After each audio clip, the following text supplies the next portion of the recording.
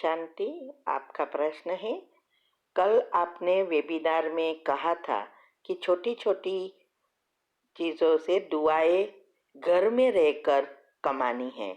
मैं लंदन में किसी के घर में रहती हूँ। वो लोग मुझे पैसा देते हैं काम के, तो किस तरह से कमाई है?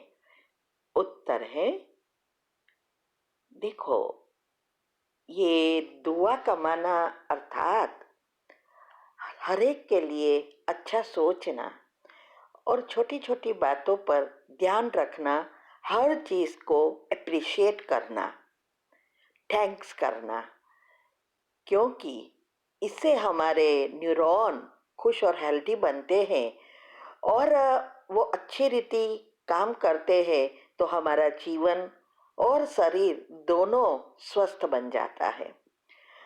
तो जैसे अभी आप काम कर रहे हो, आपको काम का पैसा मिल रहा है, लेकिन काम करो तो भी खुशी से करो, अप्रिशिएट करो, मन में ही मन में खुश हो कि मुझे इतना अच्छी आत्माएं मिली, मुझे मेरा इतना अच्छा कर्म है, जो मुझे ये बहुत अच्छी जॉब मिली और आप तो 12 साल से कर रहे हो, तो कितना अच्छा है। हाँ, कभी कभी ऐसा भी हो सकता है काम ज़्यादा होगा या कोई कुछ बोले, तो उस समय हमारे मन में नेगेटिव नहीं चलना चाहिए। चाहे जॉब है, चाहे बिजनेस है, कोई भी आत्मा है, सबके लिए खुशी से करना है। इसको कहते हैं दुआ कमाना। वैसे भी कभी कभी चलो बीमारी आ गई किसी की, आप काम कर रहे हैं तो आपके घर में उस व्यक्तियों की बीमारी आई, या बच्चा है तो बच्चे का ख्याल रखना है, या बूढ़ा है तो बूढ़े की ख्याल रखना है, या घर में किसी की बीमारी बड़ी आ गई, उसका सब कुछ करना पड़ता है।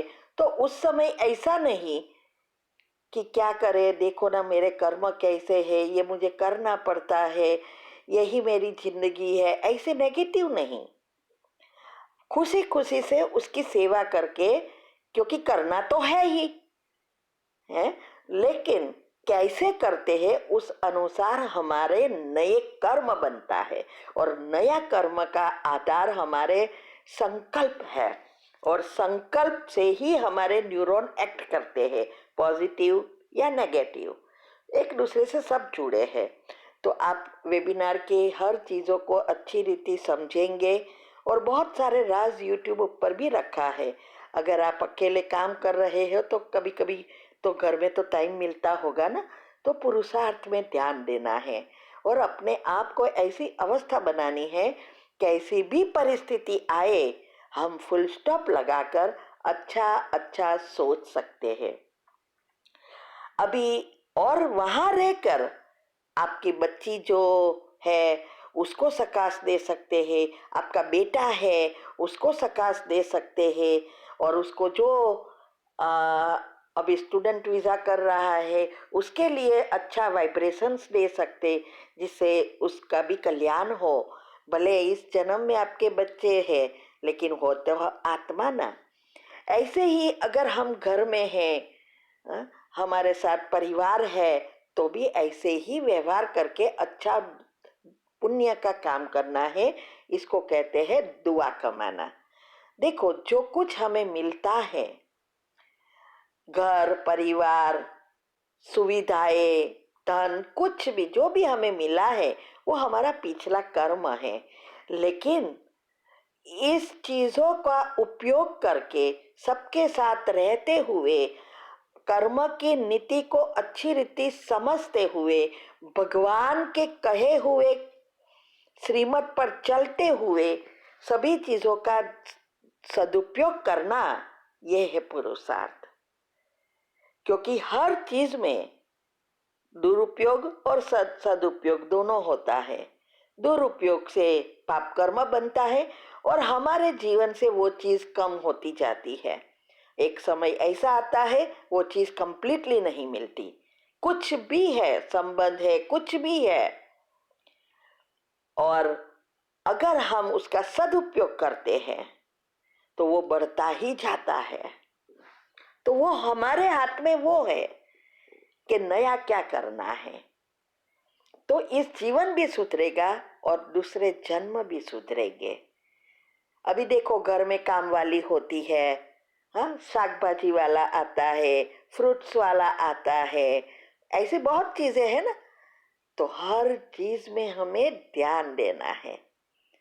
कई बार क्या करते हैं, शॉपिंग में जाते हैं बड़े बड़े मॉल में, जहाँ 100, 200, 300% प्रॉफिट से प्राइस लिखा है और नो बार्गेन, वहाँ हम ले लेते हैं। और घर पे शाक वाला आता है, 2 रुपया 5 रुपये के लिए हम बार्गेन करते हैं। वैसे तो हमें पता होता है ना कि बाजार में कितना भाव चल रहा है, तो उसके हिसाब से हमें बार्गेन नहीं करना चाहिए। लेकिन हम सोचते हैं वो बाजार वाले तो है ना, वो तो कितने बाई करते लेते हैं, उसके तो रेंट हाउस का, घर का, दुकान का, सबका रेंट होता है। ये तो घर खुद के खेत में से लाता है, तो उसको तो चिप पड़ता है। उस हिसाब से भी हम कभी कभी बार्गेन करते हैं, लेकिन सोचते नहीं है वो वहां से आया साइकिल लेके, चल के, लारी लेकर, तो उस समय हमें अगर प्राइस ज्यादा है, हाँ, बाजार में चीज 500 रुपये की या 200 रुपये की है, और वो साइकिल वाला उससे ज्यादा कह रहा है, तो जरूर बार्गेन करना है। लेकिन जो चीज मिलती है उस भाव से कम कराना, ये है बद्दुआ लेना। अगर आप प्रेम से देंगे पैसा, तो वो प्रेम से आपका कर्म भी पुण्य का बनेगा। और इसीलिए मैंने यह धन सेवा का भी खोला है, क्योंकि शिव बाबा रोज हमें सिखाता है कि अगर पैसे है तो सेंटर खोलो।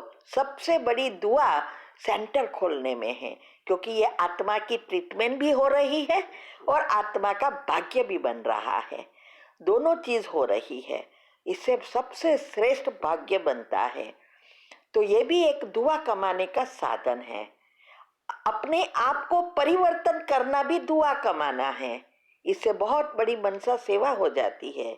अच्छे संकल्प चलाना भी दुआ कमाना है।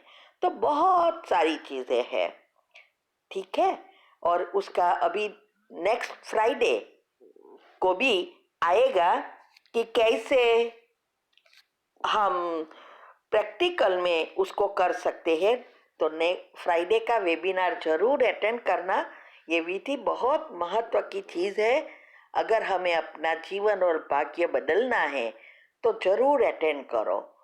और अभी जो नई चैनल रखी है उसमें आपको सब शॉर्टकट में मिलता जाएगा प्लेलिस्ट में, तो वो भी जरूर सब्सक्राइब कर लो, बेल बटन भी दबा दो, जिससे आपको सब जो भी टॉपिक है जल्दी जल्दी मिले, ठीक है।